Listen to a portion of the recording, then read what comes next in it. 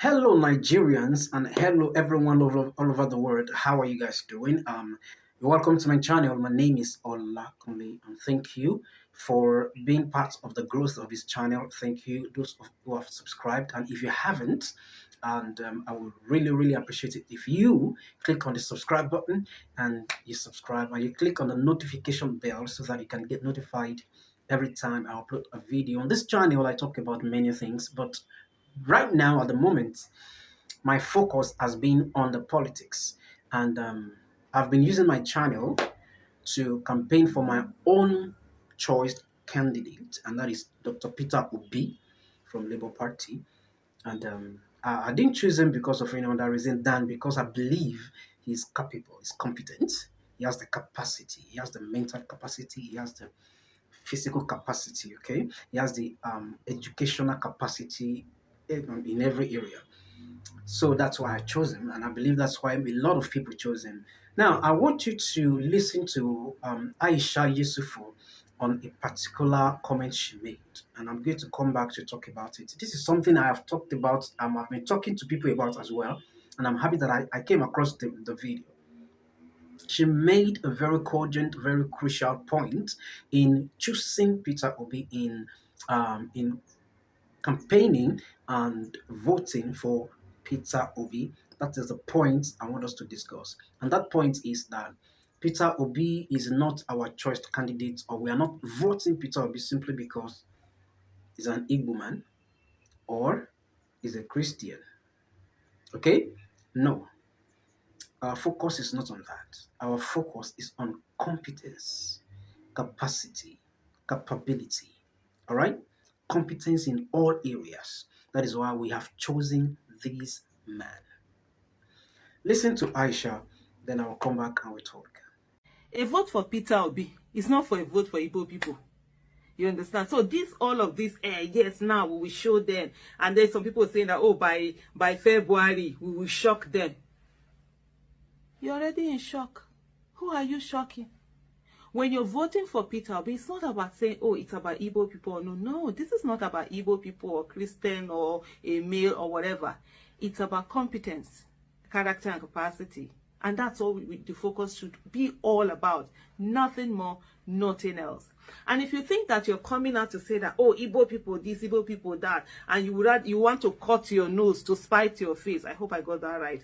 Well, the joke is on you. Oh, yes, the joke is on you. If you think it's about Igbo people, if you think it's about some tribe or whatever, no.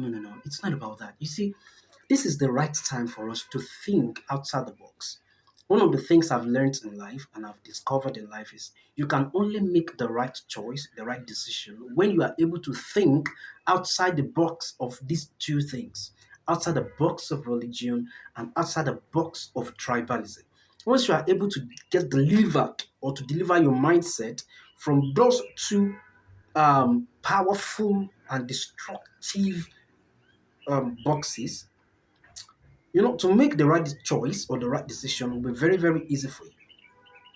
Okay, and if you go and look at it, most of the people that are choosing Peter Obi or that have chosen Peter Obi as their candidates, like myself, we think outside the box of religion and tribalism. We feel Nigeria right now is not about a man from my town or a man from my state or the man that we share the same religion. No, it's not about a man who has the competence, the capacity, the capability, the ability, the intention, the vision to change this nation. Do you understand? That is what we are after now. It's not even about party. See, if the person that has the capacity is from APC or PDP, no wahala. We will have chosen the same person. But we discover that it's not about the party. It is not about anything but about the personality of the person. Our own candidate, who is Peter Obi, we have been able to sit down, we have been able to ask questions, we have been able to do some research, and we've been able to discover that of all the candidates, sincerely, he is better. He is the person that can be entrusted with the matters of Nigeria right now. He doesn't have an attachment mentality. He's not after enriching just his own region. You understand? It's after, we've done a lot of our own background research and we've been able to discover that this man has a lot to offer. Now, when his deputy, or sorry, his vice was now chosen, again, by the time we did our little research, background research on Yusuf, Datsi Baba Hamid, we discovered that this is also another man who can be trusted with the national issues. Are you getting this now? These are men with good records. That when you read their records, you check their records, you discover that, okay, this person can be trusted or these persons can be trusted. So, guys, please listen to this again. This matter is not about Igbo people, it's not about tribe, okay? It's about Nigeria right now. Forget division of the country. If things are not right, you can't even be able to divide the country easily. It's not possible. It's not possible. So don't be saying, yeah, it's about time for Biafra to come up. It's about time that the Biafra man is there. So it's about time that this will happen. No, no, no, no, forget that one. For now, forget that one. It can't even happen in this country. I don't know, maybe in the next decades, yeah, but now it won't happen. Okay, so our focus right now is Nigeria as a whole. How this country will get out of the list of black countries in the world, will be taken out of the list of the most miserable people on earth, of the most miserable country on earth. That is what we are after. I want you to listen again to Aisha, the second thing he said in this second video. You see, this woman has been so impressive, okay? And I love the fact that she's not doing all this for any gain or for anything. In her right mind, she felt like this is the right person. Like I said earlier, there are some of us who are following Peter Obi, who have chosen Peter Obi. We didn't choose Peter Obi because of anything else, but because we have had a lot of thinking. Like we sat down and we had a lot of thinking, reasoning. I was okay, this is the man. This is the man. Out of these other people, this is the man. Listen to Aisha again. This woman is awesome. Well, in that respect, I mean, you've always, as you are now, emphasized the need for true leadership in Nigeria and for the emergence of a sort of servant leader. Have you seen that kind of figure yet as 2023 approaches? So, in terms of not just servant leadership, but also transformational leadership, at the presidential level, I have seen that in the person of Mr. Peter Obi.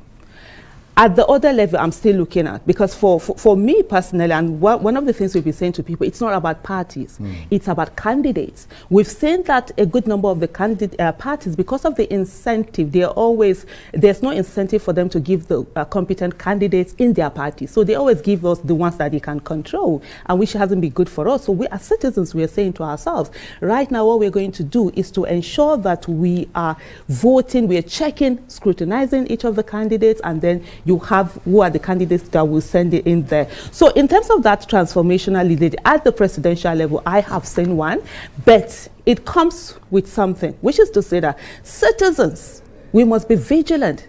Vigilance that's a price you pay for democracy, right? So we must be vigilant. We must ensure that whoever is going there knows that they got in there because of us, the people, and they will listen to the people. It will be government for the people, not government for some certain Nigerians. At the end of the day, we always say that no Nigerian is more Nigerian than any Nigerian. And it is time for whoever is coming in to know that they're going to serve the people. And if they're not ready to serve the people, they should stay out of the way. So we must not forget the demand side of governance, which is usually what people forget. They focus on the supply side. So we who vote them in must continue to make demands, and they who we vote in, we continue to give our supply good governance to us.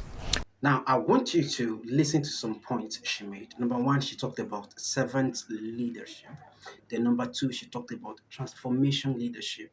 And the third, which is very important, is the place of demand from the masses, the led, and supply by the leaders.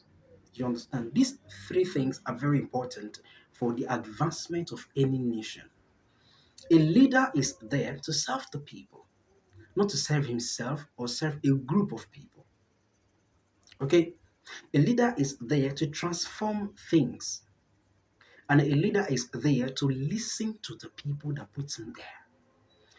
Until we begin to, even we masses, voters, the electorate, until we begin to see that we have the power and it is our right to demand and to be supplied.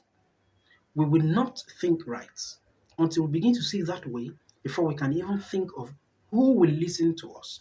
Because the most important thing is when you want to choose someone as your leader, that person should be someone that will listen to you. Even if you are choosing a personal mentor, let's say you have someone who's your mentor and you want to you can decide to choose someone as your mentor. There are a lot of people in your field. Probably you are doing business. There are a lot of people who are doing that particular business that you are doing, right? But you will want to choose one person who will serve as your mentor. And the reason you have to choose the person is because the person will be able to listen to you, understand you, and will be able to have time for you. May not have all the time, but will be able to supply. Now, in the issue of national interest or national matters, um, the reason why you have to select or vote a particular candidate is because you must have known that this person has listening ears, that it will be able to listen to the masses, listen to you, it will be able to address whatever that is affecting you negatively or whatever problem you have. And that is why we have chosen Peter Obi. Now, Peter Obi is not our candidate, like I've said earlier, because he's an Igbo man or anything. And we're not even trying to use Peter Obi to fight other people. No, no, no, no. That's not the matter. The matter is we see him as the major man or the man who has the capacity physically in terms of strength and health and mentally as well and academically as well. Okay? Intellectually, in exposure. You understand? I mean, imagine someone talking about you being given cassava, being given corns and all that. Does that does that sound in your ears rather? How does that sound in your ears? You see, so many things to consider before you make your choice. All right, you have been, especially those of you as students, you have been home now for more than 5 months, if not 6 months now, and no situation, nothing has been done. No solution has been made. They don't even care. And I'm very sure that if it is Peter Obi that is there, nothing like this would ever happen. They tried to convince us then in 2015 when Buhari was coming in to let us know, he would do well, he would do well, he would do well. I can remember a lot of friends that I told then, even elderly ones, even pastors, even alfas or imams that we talked about then. I said, see, this man is not the right man. But just because people wanted Peter Obi, Goodluck Jonathan out, some people just wanted a Muslim man to be there or whatever. That's why they chose Buhari. But some of us have looked at Buhari's record, even when he was the military, it was in the military and as a leader. We've looked at his record and we said this man won't do this thing well. And some people say no, he will do it well. Now this is what we are seeing. And I am one of the people who are very happy that Buhari did not have my vote to be there. So I have conscience. My conscience is very clean. Same with some other people. So now the question is now, will you be able to say your conscience is clean later in the future? If your candidates win, of course, we believe by God's grace and by the support of Nigerians that Peter Obi will be there. And you'll be happy that you have voted for this man. So, guys, we're after competence, we're after capacity, capability in every area. So, please vote Peter Obi. All right, guys, thank you. If you have not subscribed to my channel, please subscribe to my channel, give this a like, make your comments. What do you think? And also try to share this video. God bless you. I celebrate you. Nigeria will be great again. For real, it will be.